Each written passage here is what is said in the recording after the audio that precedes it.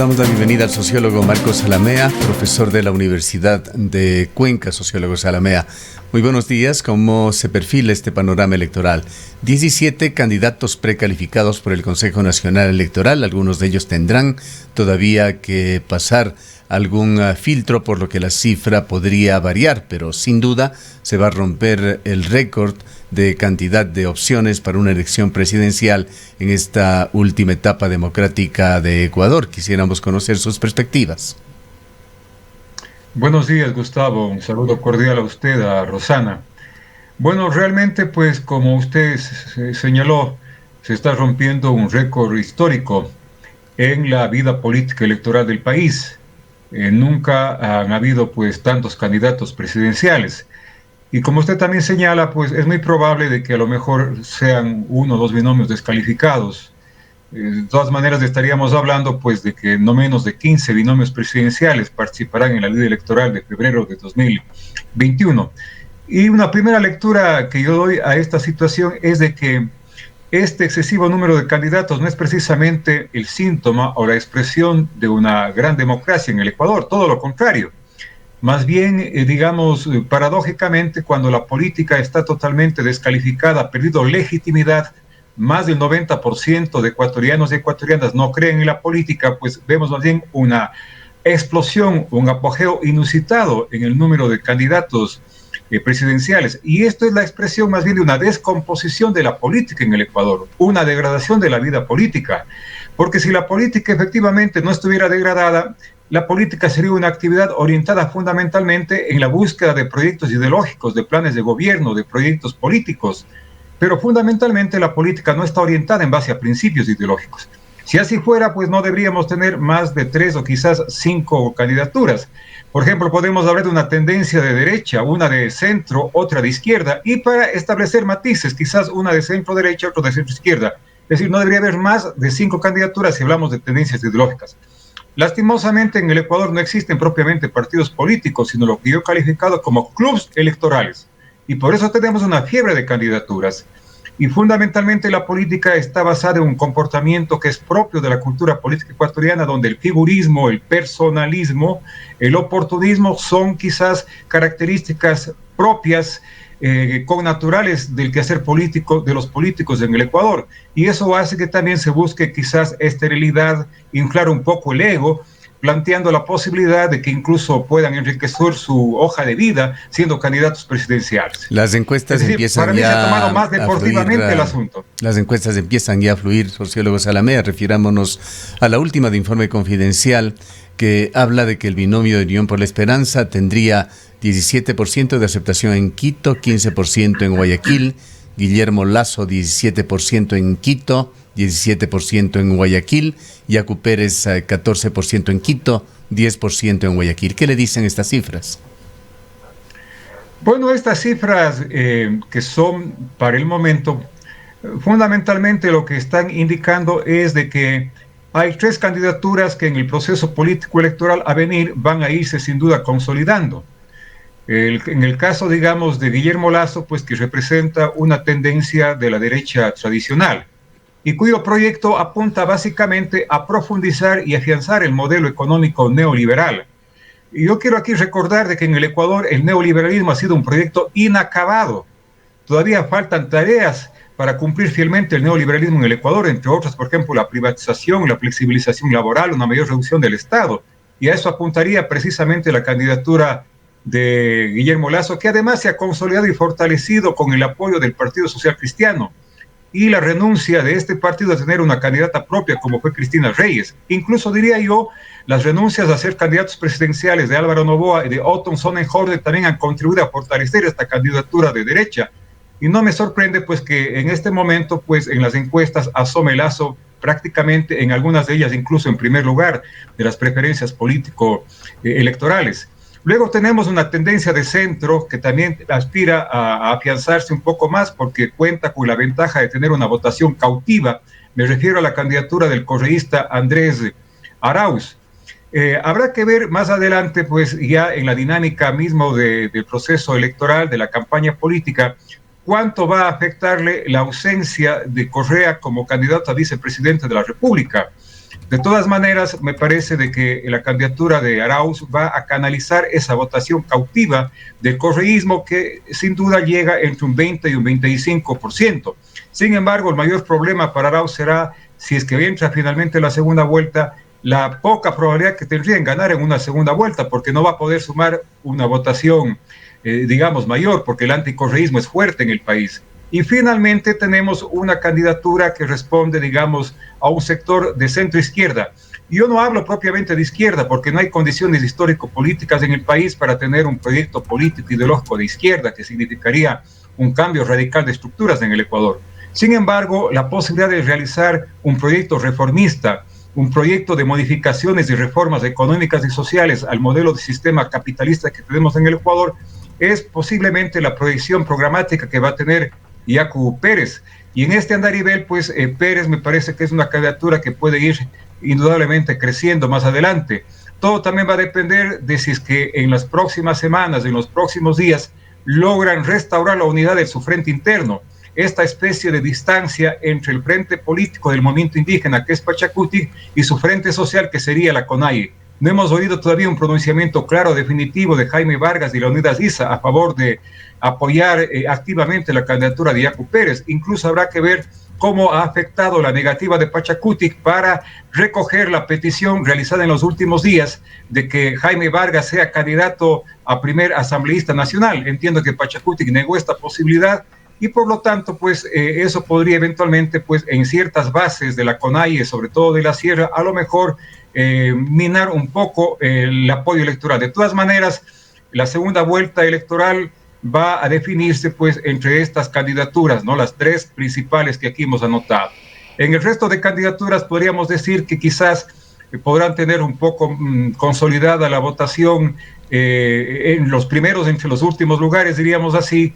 A Lucio Gutiérrez volverá a perder la presidencia de la República. Recordemos que en las dos últimas participaciones como candidato no sacó más del 5%, quizás llega a esa misma cifra en las elecciones de 2021. Isidro Romero quizás podrá crecer a un 2, 3, 4%, César Montúfar, que se presenta como candidato de centro, y el resto pues quizás tendrán entre 1 o 2%, incluso algún candidato menos del 1%. ¿No le ve usted posibilidades entonces a ninguna de las otras 14 candidaturas de crecer?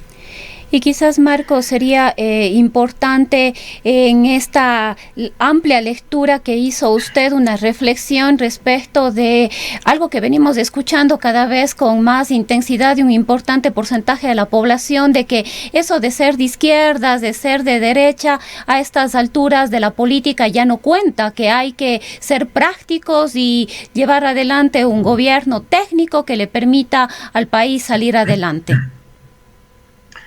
Bueno, referente a esta inquietud, Rosana, es indudable que para la mayoría de la población que acusa de una gran despolitización, no existen pues a lo mejor estas categorías, estos conceptos. Sin embargo, para quienes hacemos el análisis político, indudablemente pues conceptualmente esto no ha desaparecido. El hecho de que la gente no perciba que existan ciertas categorías no significa que estas no existan. Y claro, yo me refiero a la derecha cuando señalo de que fundamentalmente son proyectos que apuntan a dar un papel mayor al mercado antes que al Estado. Eso es lo que típicamente se llama, ¿no es cierto?, el libre mercado o el neoliberalismo. Me refiero a una candidatura de centro izquierda cuando asume la posibilidad de dar un mayor papel al Estado antes que al mercado. Yo diría incluso aquí están en disputa tres modelos de capitalismo. Un modelo de capitalismo de Estado que es el que en algún momento se practicó en la Unión Soviética, que se practicó en Cuba o se practicó en China, el modelo de capitalismo de Estado, no de socialismo, porque es una aberración hablar de socialismo, peor de comunismo para referirnos a esas sociedades. Un segundo modelo de capitalismo que es el capitalismo de mercado libre, que es el que defiende el neoliberalismo, candidatos como, por ejemplo, Guillermo Lasso. Y un tercer modelo de capitalismo que sería un modelo de capitalismo de mercado regulado, o lo que se llama también el keynesianismo, que es lo que hizo en los primeros años de su gestión, por ejemplo, Correa, y es lo que conceptualmente puede llamarse el centro político. Si es que se da mayor papel al Estado, en la conducción de la sociedad y la economía, no estamos hablando de socialismo, estamos hablando de estatismo. Entonces, yo pienso que en el Ecuador hay estos tres andariveles que de alguna u otra manera coincidencialmente representan estas tres candidaturas, que son, respecto a la inquietud de Gustavo, las que van a irse afianzando y consolidando.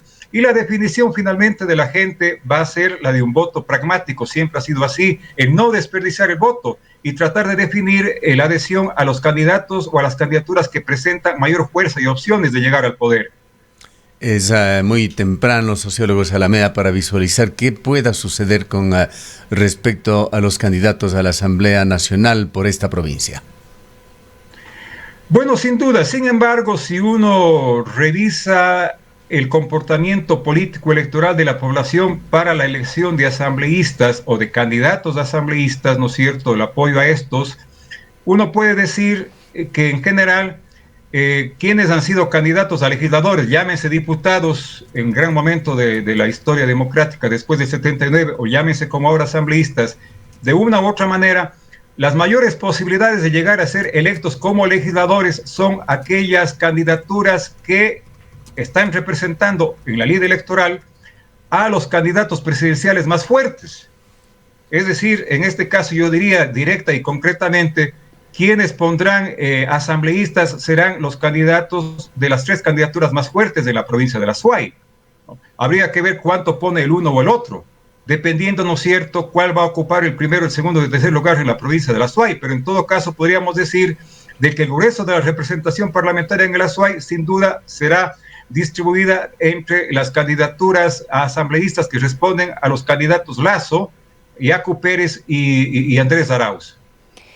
Quizás ahí, Marco, es importante entender que así ha ocurrido siempre, el arrastre del candidato presidencial fuerte. Sin embargo, hay otros rostros que han venido actuando y que son conocidos aquí en la ciudad y que si bien no tienen o todavía no se conoce a quién apoyan, se me ocurre pensar en el gobernador de la Azuay, Javier Martínez, que está como candidato a la Asamblea Nacional por el movimiento Construye, anteriormente Ruptura, con Velasco como candidato a la presidencia de la República. Velasco probablemente no tendrá una mayor votación, pero quizás la actividad que ha venido realizando el gobernador en estos días, la presencia, la gente lo conoce frente a una gran cantidad de candidatos que han salido para este proceso electoral que son desconocidos. La gran mayoría de ciudadanos, de ciudadanas no los conocen. Otro caso es el de el exalcalde de Cuenca, Marcelo Cabrera Palacios, que probablemente apoyará la candidatura de Lazo, según se ha manifestado, pero también es un rostro visible aquí en la ciudad, como decía, frente al resto de personas que están participando e incluso liderando las listas y que no se los conoce. Bueno, recordemos que en el sistema electoral anterior estaba rigiendo el método de Hon y había la posibilidad de votar entre listas, es decir, había la posibilidad de hacer un voto personalizado. Pero ni siquiera en esas circunstancias, cuando había un voto personalizado, pues personas, candidatos importantes, con una trayectoria sin duda bastante rescatable, podían llegar a ser elegidos como legisladores. Mucho menos ahora que se impone, ¿no es cierto?, un método de distribución de escaños distinto al método de Hon, y que más bien ha principalizado otra vez la votación en plancha. Entonces, fundamentalmente la votación será por listas, y eso hace mucho más improbable, pues, de que figuras que han despuntado por su acción pública ahora tengan alguna posibilidad de ser electos legisladores. Este es el caso, por ejemplo, del gobernador. No es que la gente va a votar por tal o cual candidato presidencial, y para asambleísta, pues yo voy acá a votar, ¿no es cierto?, por esta persona. Simplemente votará por la lista del candidato presidencial por cual han votado. Ese va a ser el comportamiento mayoritario. Así ha sido y así será ahora, incluso, repito, con más fuerza por el sistema electoral. En el caso de Marcelo Cabrera, pues yo creo que si es que él fuese candidato de Creo, no es este el caso, porque Creo tiene su propia lista de candidatos, tendría asegurada sin duda la elección. Yo he dicho incluso, si es que Lazo, por ejemplo, Pérez o Arauz pusieran a un ilustre desconocido, sin duda que se gana el legislador. Y si tenemos en la lista de un candidato presidencial que no tenga fuerza, que tenga más bien debilidad electoral, alguien muy conocido, tiene pocas probabilidades de ser electo, ¿no? Bien, queremos agradecerle al sociólogo Marcos Alamea por este análisis sobre cómo se perfilan las cosas cuando el día de ayer se han cerrado ya el primer periodo de inscripciones. La decisión final, sin embargo, se conocerá hasta el 7 de enero.